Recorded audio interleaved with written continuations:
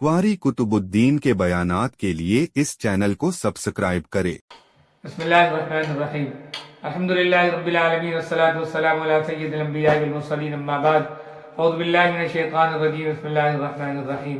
क़ाल अल्लाहु तबारक व तआला या अय्युहल्लज़ीना आमनू क़ू अनफुसकुम व अहलीकुम नारा वक़ूदुहा अन्नास वल हिजारा अलैहा मलाइकतुन ग़िलादुन शिदादुन ला यअसूनल्लाह मा अमरहुम व यफ़अलूना मा यु'मरून।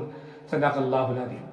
मेरे भाइयों बुजुर्गों, अल्लाह तबारक व तआला ने कुरान करीम की इस आयत मुबारका के अंदर ईमान वालों से खिताब फरमाया और अल्लाह ताला ईमान वालों से खिताब फरमा कर अल्लाह ये फरमा रहा है कि ऐ ईमान वालों, तुम अपने आप को और अपने घर के लोगों को, अपने अहल अयाल को, अपने बाल बच्चों को, अपनी बीवी को, अपने घर के तमाम अफराद को क्या करो?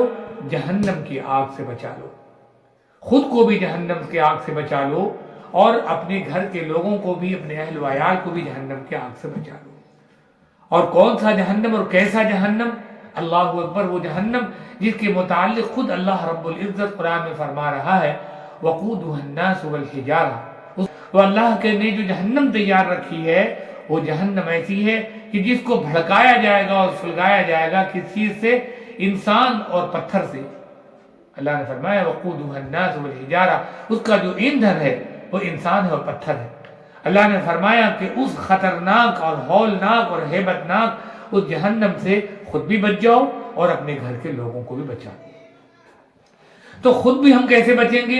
अच्छे आमाल के जरिए, अल्लाह की इबादत के जरिए, अल्लाह रब्बुल इज्जत की बातों को मानकर, कुरान के पैगामात पर अमल करके, अल्लाह की इताअत करके, अल्लाह के नबी जनाब मोहम्मद रसूलुल्लाह सल्लल्लाहु अलैहि वसल्लम की इत्तिबा करके हम अपने आप को जहन्नम की आग से बचा सकते हैं। और जिन चीज़ों से हम अपने आप को बचा रहे हैं, जिस जहन्नम की आग से खुद को बचा रहे हैं, उसी तरीके से हम अपने आल को, अपने अयाल को, अपने बाल बच्चों को भी हम बचाएं।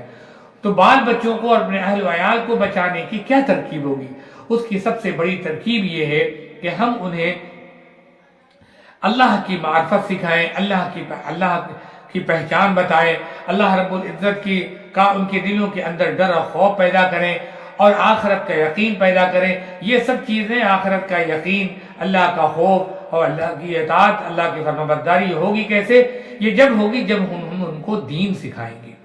जब वो जब हम उनको सिखाने लगेंगे और जब दीनी तालीम से वो वाबस्ता हो जाएंगे और दीनी तालीम से जब वो आरास्ता हो जाएंगे तो खुद ब खुद वो जो दीनी तालीम है वो उसके अंदर अल्लाह का डर, अल्लाह का खौफ खुद ब खुद उससे उनके अंदर पैदा हो जाएगा।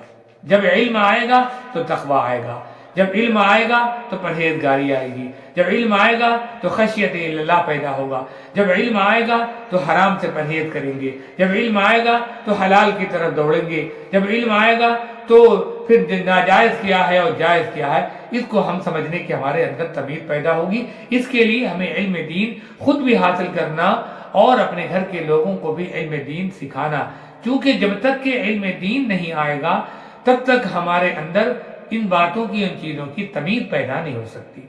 हम दुनिया के अंदर आमतौर पर देखते हैं, हम अपने बच्चों को, अपने औलाद को, अपने घर के लोगों को उन रास्तों से डराते हैं, मना करते हैं कि मेरे बच्चे उस जगह पर न जाओ, ये बच्चे उस खतरनाक जगह पर न जाओ, वहाँ पर खतरा है, वहाँ पर जाने से तुम्हारा नुकसान है, वहाँ तुम्हें ये परेशानी है, वहाँ तुम्हारे वो दुश्मन है, वहाँ तुम्हारे माल के वहाँ लुटेरे खड़े हैं।